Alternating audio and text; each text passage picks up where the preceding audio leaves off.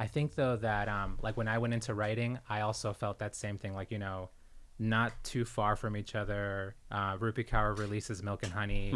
James Clear releases Atomic Habits. Yeah. And they both just, these books just sell 10 million copies on their own, like, and they just keep growing. I know James very well. Yeah. And we had this mastermind group. We met every year for 3 years. And he paid for it all out of his own pocket. He invited all these different authors, Yeah. a bunch of people you've heard. And he just literally downloaded everything that everyone had learned into that launch, which then, he did like 200, he built an email list for years. He did like 200 podcasts. He did media.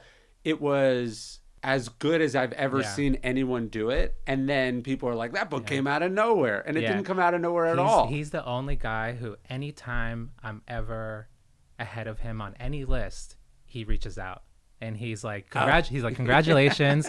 And what did you do? Yes. Because he's always trying to learn, and it's really cool seeing that. But I brought that up because not having that experience has honestly been really liberating, where it's like having one book that's just like a major bestseller, seems like an ideal, but honestly, it's been fun, like fine-tuning the craft, like learning how to like do it better, like continuing to grow as an individual and understand like, what am I learning that's really affecting my life in a better way, and like putting it together in a set of books that can like hold much more weight than just one individual book that hopefully takes off to the stars. Well, you think you want it, like you think you want it all up front in a lump sum, and you want to get every break that you can.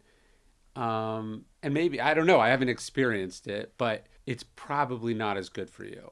Do you know what I mean? Like it's probably better to look, fame and success are a poison, highly dissatisfying. No, I mean, like, look, it kills people, right? It's obviously at some level it is potent.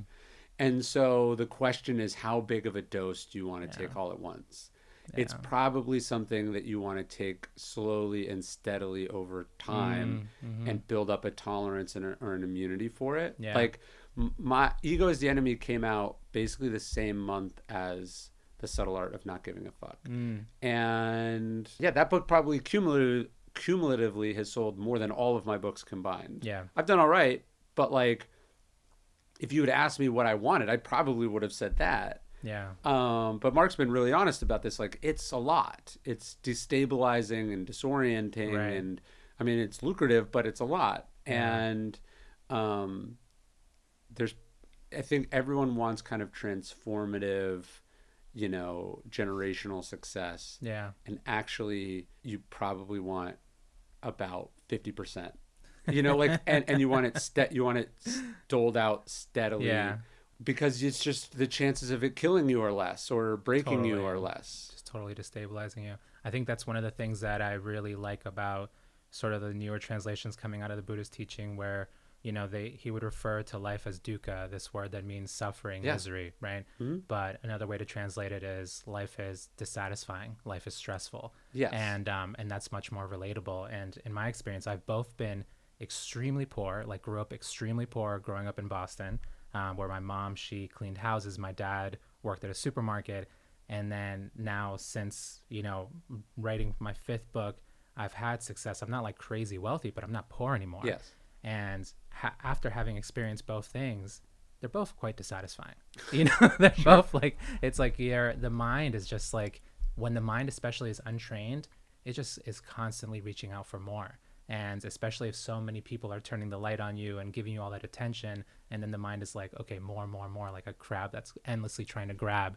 Well, no one feels like they've done it. Like, that's what's interesting, that James is messaging you and going, hey, what have you done? He's not like, there's obviously a humility in that. Like, which has only happened twice, by the way. Like, only 2 times have I gotten ahead of this guy. Every time like, there's a #1 plaque up there.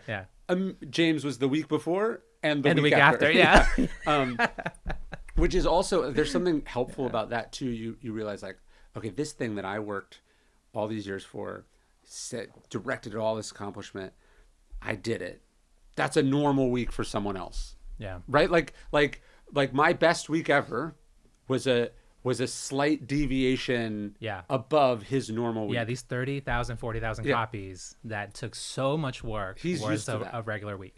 Yeah. And you have that experience in life. Yeah. You'll meet someone who's usually they were in like finance or business or whatever, and they go, you realize, oh, this person has spent on a house remodel every dollar that I've ever earned in my life. You know, like what is a lot? What is my giant, enormous? I'm piling all my accomplishments Yeah. up in one thing. Yeah. They're like, I did that. There's actually a famous exchange between Joseph Heller and Kurt Vonnegut. Yeah. They're at this party of this billionaire. Do you know this story? No, tell me. They're at the Yeah. party of this billionaire, and Vonnegut is teasing Joseph Heller, and he says, you know, this guy, there is this house in Long Island. He goes, this guy probably made more money this week than Catch 22 has made in its entire run. and Heller says, yeah, that's true, but I have something that this person will never have. And Vonnegut says, what could that possibly be? And he says, I have enough. And so what is interesting when you meet very rich and powerful and important people is how many of them, or rather how few of them, feel that. Yeah. Like they don't feel rich and powerful or sufficient or that they've done it. They feel exactly like you feel, Yeah. which is like they're measuring themselves against someone else. And so to get to a point of enoughness or to feel good or to just feel proud of yourself is actually an extraordinary accomplishment and a like probably the rarer form of wealth. I mean, you can't pay for it. No. You can't pay for it. And I've seen that happen a lot where, you know, I'm friends with Jack Kornfield, and he has, you would not believe who called him. Yeah. You know, it's like anytime, I think probably in the past like 20, 30 years, when some, you know, billionaire gets a divorce, they call him. Yeah. Because he like has peace in his mind. Yes. And I've, you know, gone to dinners and like been around like people who are really wealthy, and like, you can feel their agitation. You can just feel like how they're looking at you, trying to listen to your words, but they want what's deeper than the words. They want the peace that's inside that Sure. you can't really transmit. And the answer is usually like, you know, I feel the way I feel. I have a long way to go, but I feel the way I feel because like I meditated for like 13,000 hours. You know, like I put a lot of time into it. Sure. It's also funny you meet those people and, you know, the lunch or the dinner goes on, and then at a certain point they tell you their book idea.